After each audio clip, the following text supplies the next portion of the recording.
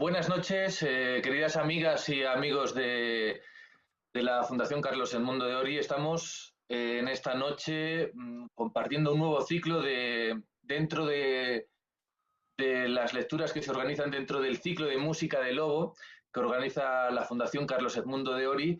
En este caso es una edición especial que se implementa dentro de la Feria del Libro de Cádiz y tenemos un maravilloso invitado, creo posiblemente que sea el que más se ajuste a la temática de esta Feria del Libro de Cádiz dentro de ese gran tema que supone la ecología y la literatura. Tenemos hoy como invitado a Jorge Riesman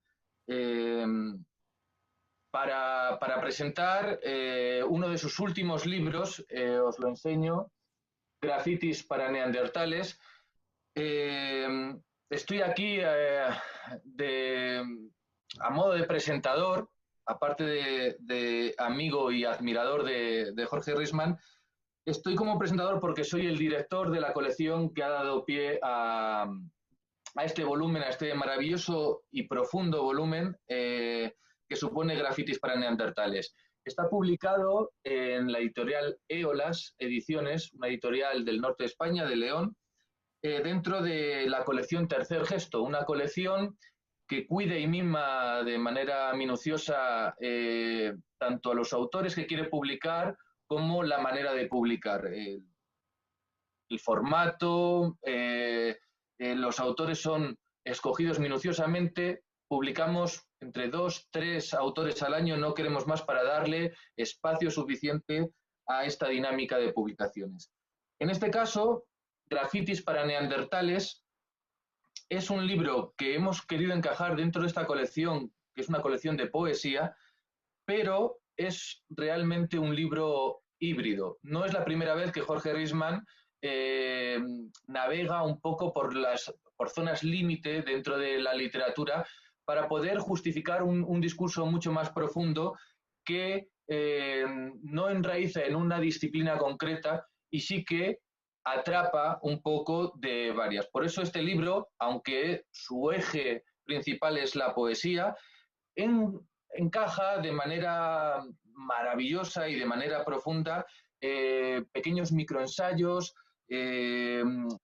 fragmentos de prosa, es decir, no se pone barreras, Jorge no se ha puesto barreras a la hora de desarrollar todo un proceso de creación el proceso de creación de este libro, si no estoy en el error, luego nos dirá Jorge, es aproximadamente de 2 años y pico, más o menos los textos se incluyen desde el 2016 al 2018 aproximadamente, imagino que tendrá retazos que vendrán, irán y vendrán, y este libro, Grafitis para Neandertales, nos plantea una suerte de recorrido por lo que supone la idea de esa posibilidad de convivencia entre las diferentes especies que en su día, hace ya decenas de miles de años, convivieron en nuestra Tierra,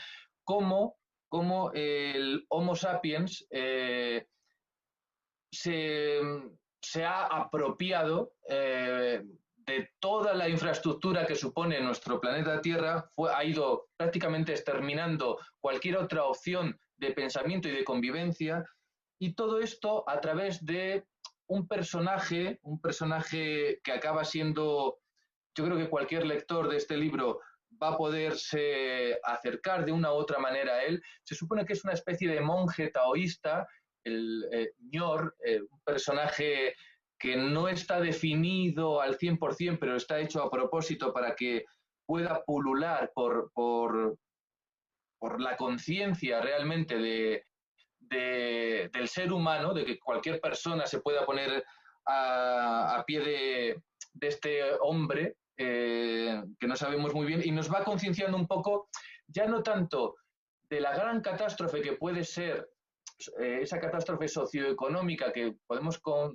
constituir en nuestra cabeza como el capitalismo, sino que es algo que precede a ese lugar del capitalismo, que es una conciencia del lugar que nos ocupa, al fin y al cabo, de nuestro planeta Tierra, y cómo, aparte de otros males que podemos ir dilucidando en el libro, el gran eje primordial es cómo, siendo tan inteligentes, cómo habiendo evolucionado en cierta medida, tanto, no somos capaces de respetarnos a nosotros mismos y nuestro entorno para poder convivir de una manera mucho más pacífica, más tolerante y más equilibrada. Si se supone que hemos evolucionado tanto, ya no en el sector de las tecnologías, ni siquiera en un sector de una conciencia moralista especial, cómo no somos capaces de darnos cuenta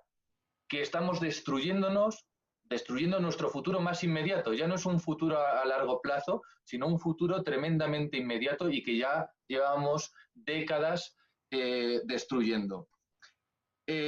Para hablar un poquito más del libro, del proceso de creación, de un poco el objetivo que tenía Jorge, yo creo que lo ideal es que le demos la bienvenida a Jorge y nos cuente él un poquito el proceso de creación de este libro. Buenas noches, Jorge. Hola, buenas noches, Rafael.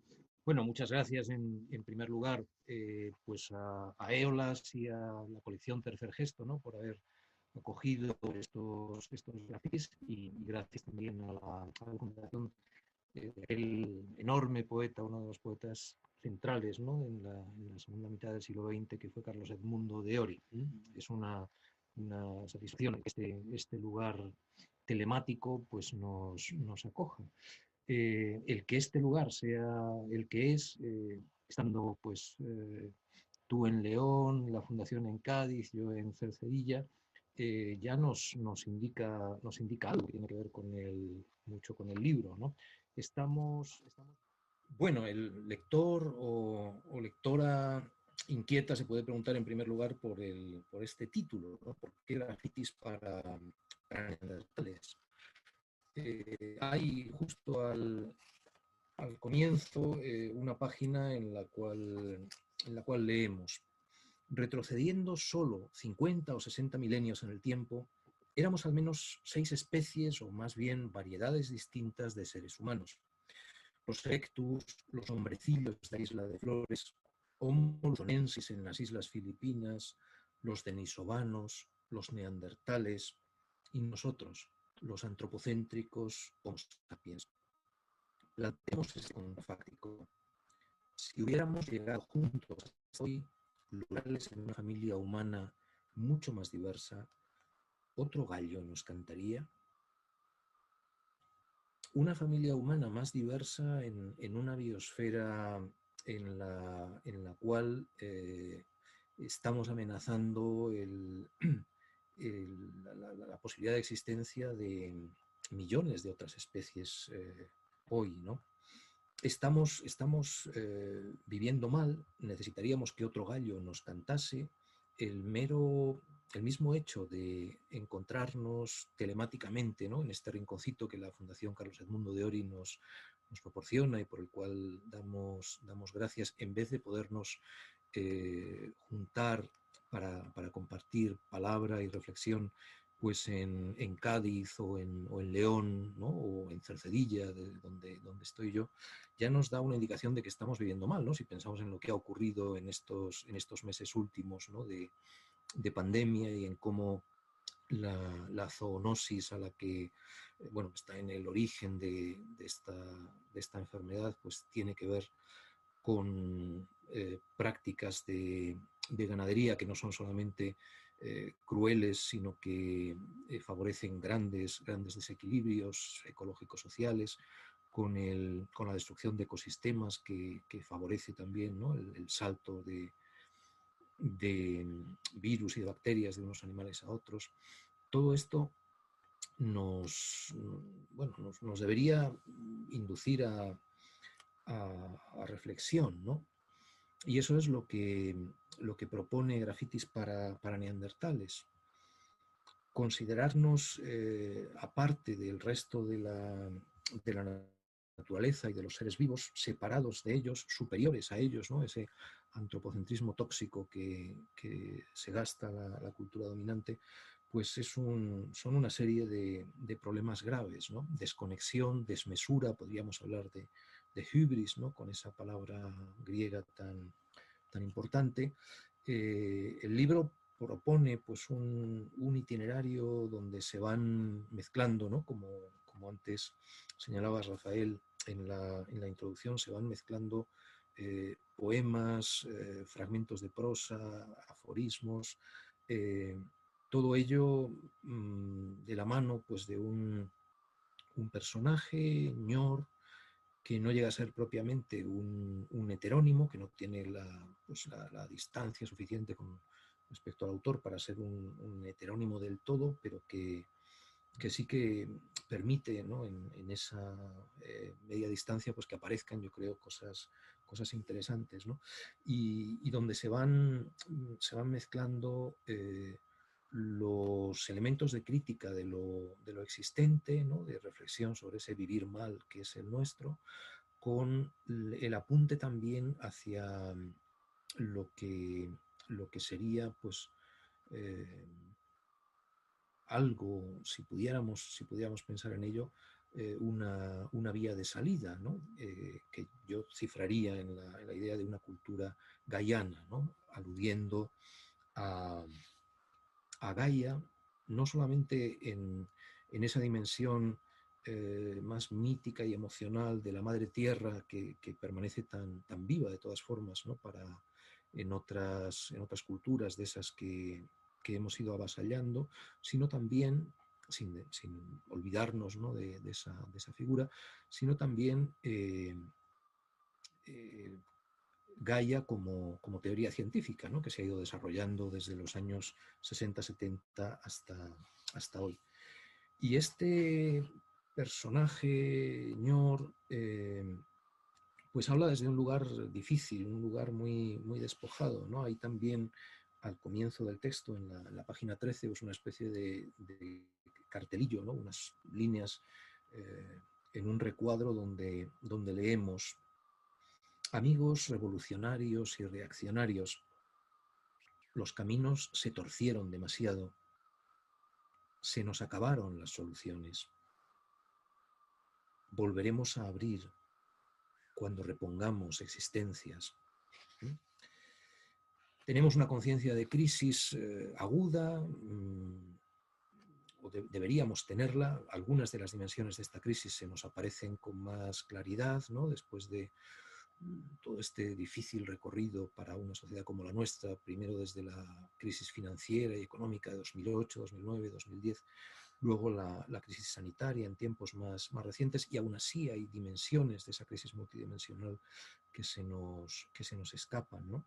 Y con esa más o menos conciencia de crisis pedimos soluciones, pero las soluciones que hubieran quizá estado a nuestro alcance si hubiésemos actuado bien hace medio siglo, se nos han hecho hoy mucho más esquivas, ¿no? Leemos también en la página 16, en uno de esos fragmentos de prosa: he abandonado muchos énfasis, entre otros el de querer convencer a Clara Ñor.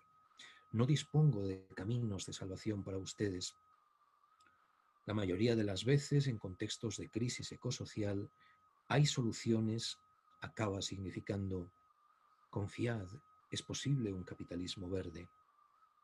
Pues no, en ese sentido no hay soluciones.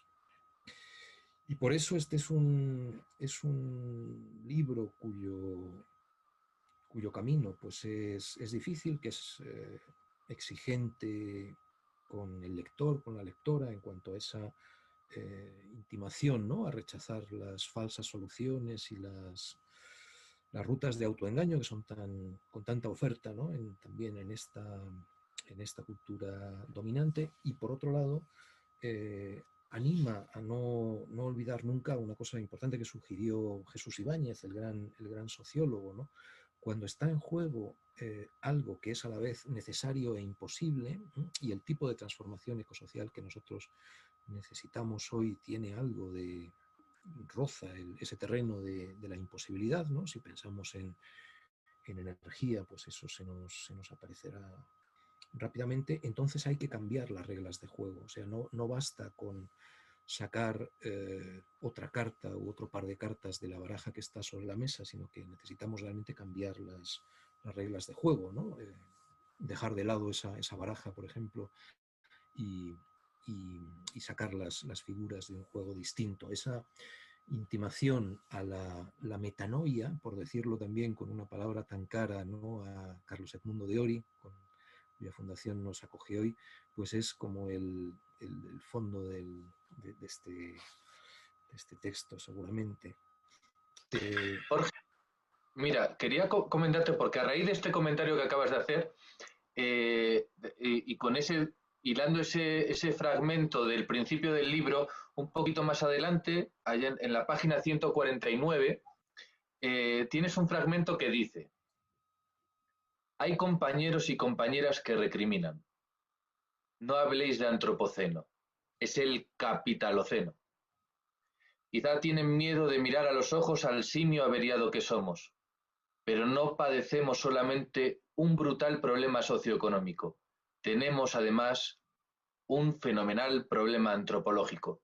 Y en este sentido está la disyuntiva de pensar, bien, muchos sabemos, constatamos que sí, que el capitalismo es un problema raíz a nivel mundial.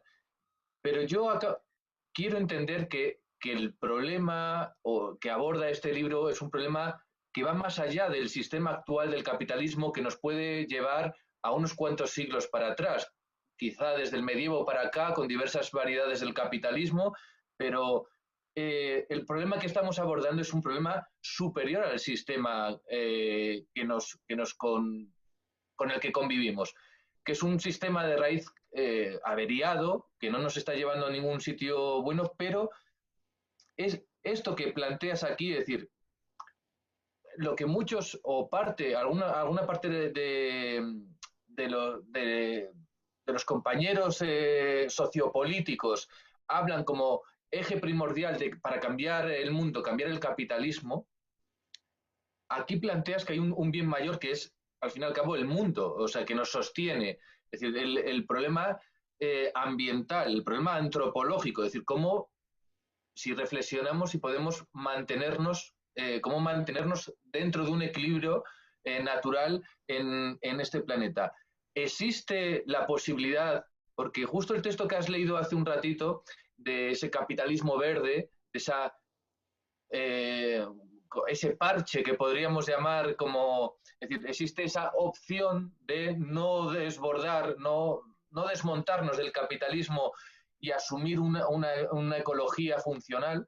Es posible ahora que no tenemos un sistema fuerte en ese sentido, alternativo, pero sin embargo una obviedad, un poco la sensación de subsistencia la deberíamos tener cualquier ser humano, y lo que estamos haciendo es enterrarnos en vida prácticamente, ya no ni siquiera respetar al medio ambiente como y a los animales y al resto de especies con los que convivimos como alguien de tú a tú, pero casi por egoísmo propio, aunque sigamos pensando en esa supremacía absurda que no es real, no tiene sentido el camino que estamos llevando. Nos estamos destruyendo a nosotros mismos en un formato rápido.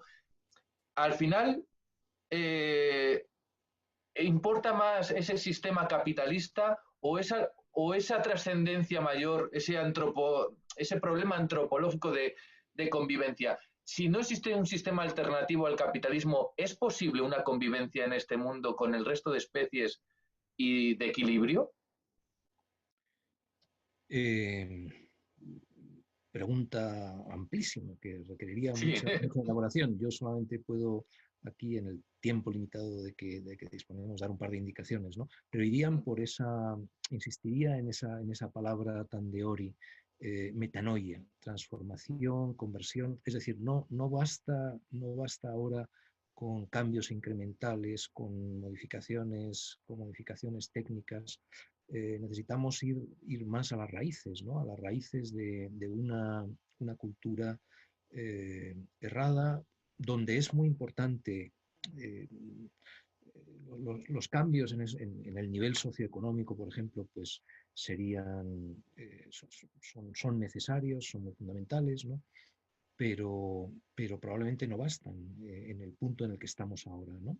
Las sociedades industriales están chocando con extremada violencia contra los límites biofísicos del planeta Tierra. El motor principal de ese choque es la reproducción ampliada del capital, y en ese sentido, pues, digamos, las propuestas ecosocialistas y ecofeministas tienen que estar en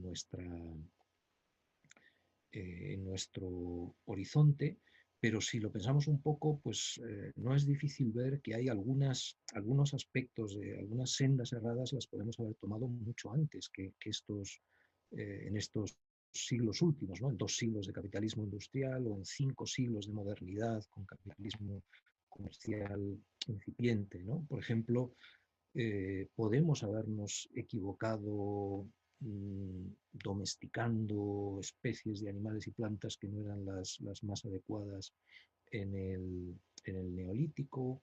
Podemos cuestionar el sistema de dominación sobre los animales en general, que también viene de ese momento. Podemos preguntarnos si algo que pertenece, en fin, a nuestra constitución antropológica, como es la querencia por lo tribal, no se ha vuelto tan disfuncional, ¿no? En el tipo de mundo que tenemos ahora, que casi nos impide seguir adelante. Es decir, hay algo más, aparte de socializar la banca, que lo necesitamos pues como agua de mayo, y pronto hay más, ¿no? Y a eso apunta efectivamente el, estas indicaciones de Ñor, ¿no? Pero ya digo, es un camino difícil, ¿no? El título de un libro de un ensayista en inglés, Learning to Die in the Anthropocene, Roy Scranton, ¿no? Aprender a morir en el Antropoceno, pues ya nos indica que la cosa pues no es sencilla, ¿no? Dice uno de los poemas breves de este libro: a las puertas de la muerte, dice el tópico, toda la vida del moribundo desfila ante sus ojos. Así que ahora, a las puertas de esta muerte civilizatoria, buen momento para el arte insomne, el pensamiento indagador, la testaruda poesía.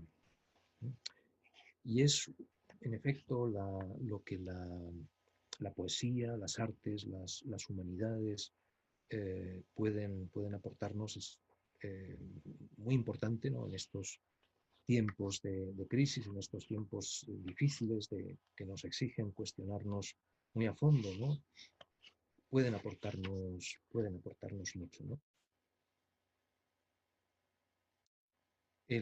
Los poemas breves de este libro tienen, en vez de títulos, una especie de postítulos que les siguen. Pero bueno, yo voy a leer ahora un par de poemas con esos textos que suceden al poema, anteponiéndolo para que no nos perdamos demasiado. Entonces, por ejemplo, pues uno de estas breves anotaciones dice: Beckett, el celta, y don Juan Yaqui se citan en la taberna del más allá.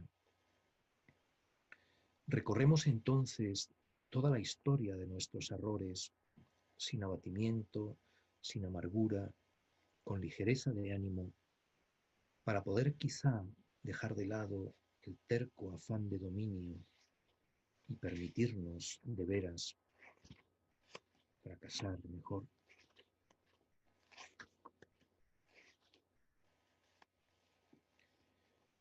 No se puede inventar nada peor que la realidad, dijo el cenizo Michael Haneke.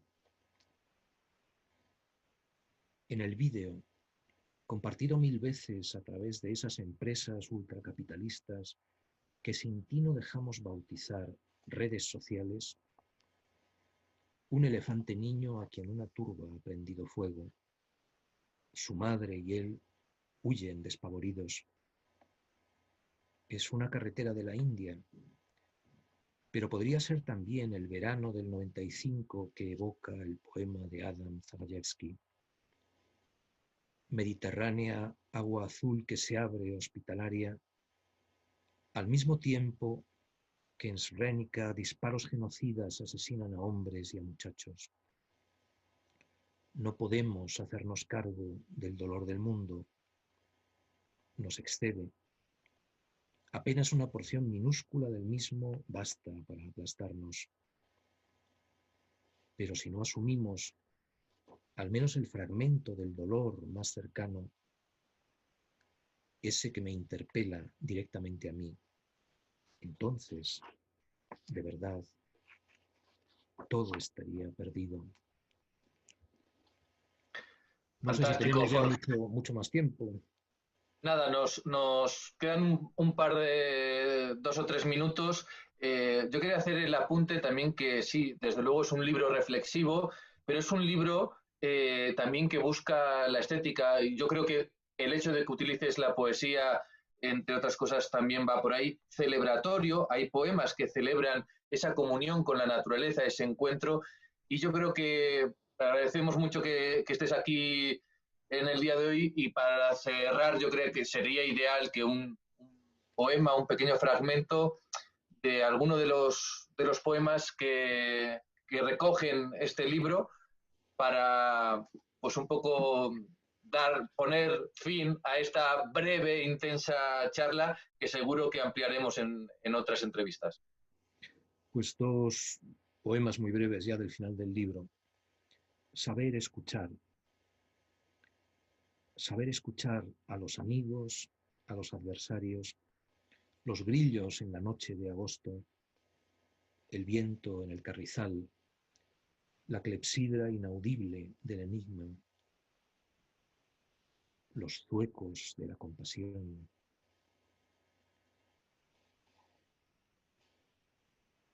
Estamos muy mal colocados, le decía el pintor Antonio López a la joven Mariana Muñoz. Pensar como una niña de 5 años,